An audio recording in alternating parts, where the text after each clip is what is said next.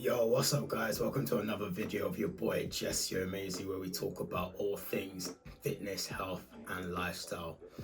So back with another video, and on today's video, I was gonna say episode, but let me say video.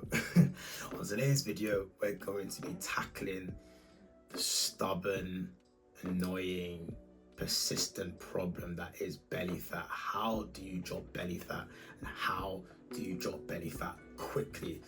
So if you want to know how to do that, please subscribe to the channel, leave a comment below and a like as well.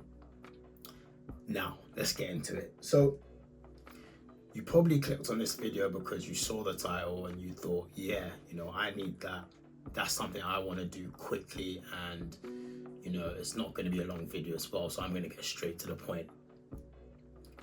And by getting straight to the point, I mean that you can't actually do this. And anybody who tells you that you can do this is probably lying or looking to sell you something like some pills, unnecessary supplements, or some kind of medication that you really don't need to be taking. So this is the truth, and this is what I would do as someone who is in decent shape, doesn't have a problem with belly fat, and has always managed to stay lean. These are the three things that I would do, and I promise you, if you do this, you're going to see results, not just in your belly, but overall. So the first thing you need to do, be in a calorie deficit. Why? So you've probably heard you can't pick and choose, you can't spot reduce body fat. So I can't decide I want to lose weight in my face, and that will be the first place that my body loses weight on. Or I can't decide I want to lose weight in my thighs because I've got big thighs, and suddenly that's the first place that you're going to lose weight from when you start exercising. And obviously this is true. So the reason why you need to be in a calorie deficit is because by lowering your intake of calories, by increasing your activity levels, so your activity goes up, your calorie intake goes down, or perhaps your calorie intake stays the same but your activity goes up.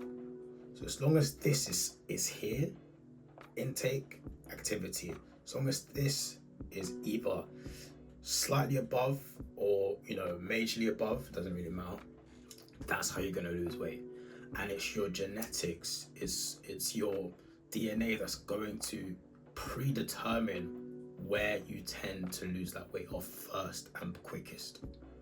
So you might see people that the first place they put on weight is their face. They have really chubby cheeks, or they get fat in their lower body, in their thighs, in their bum.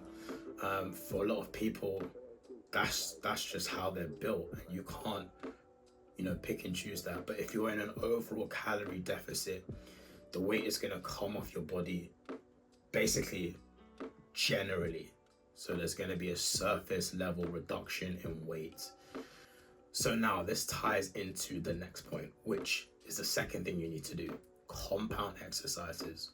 Why? Because compound exercises are going to help you target different areas in your body, different muscle groups in your body, and that's going to impact and contribute to an overall, again, burning of calories, calorie deficit, but also muscle increase.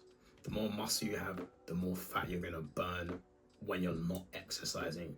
And the quickest way to do this, to achieve this, is by doing compound exercises, because that's where you're going to get the most bang for your buck. That's where you're going to increase muscle across your body quickest, as opposed to doing bicep curls, which only targets your biceps. But if you're doing deadlifts or squats, that targets your core, your thighs, your calves, your hamstrings, everywhere.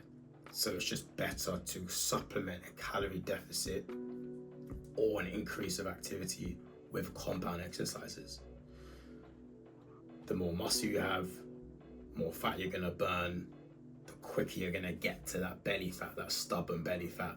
And then tip number 3 is core exercises. Now I know I said at the beginning, you can't pick and choose, where you lose weight. So in reality, spending all day doing ab exercises is pointless. And it's pointless because, again, all you're really doing is targeting your abs. That's not going to increase your calorie burning mechanism enough, versus compound exercises. But why it's tip number 3 is because if you're in a calorie deficit, you're doing compound exercises, you're building that muscle, you're losing that body fat because you're in a calorie deficit, you're building the muscle because you're doing the compound exercises, then core exercises are important. Because yes, if you're doing your core exercises, you're going to build muscle, as opposed to never training your core. You're going to build muscle in your core. The more muscle you have, again, the more fat that is lost. But it's also going to make your abs more prevalent. It's going to make your core tighten up with that muscle. So that's also going to help with the appearance of a nice stomach, nice visible abs, etc., etc. But that should be the last thing you do. In essence, if you're doing that but you're not in a calorie deficit and you're not doing compound exercises to, impact your body overall, then core exercises are pointless. So that's why it's tip number 3. So hopefully that makes sense. 3 things I would do: calorie deficit, compound exercises, and core exercises. And you can do core exercises maybe 5 or 10 minutes after a workout.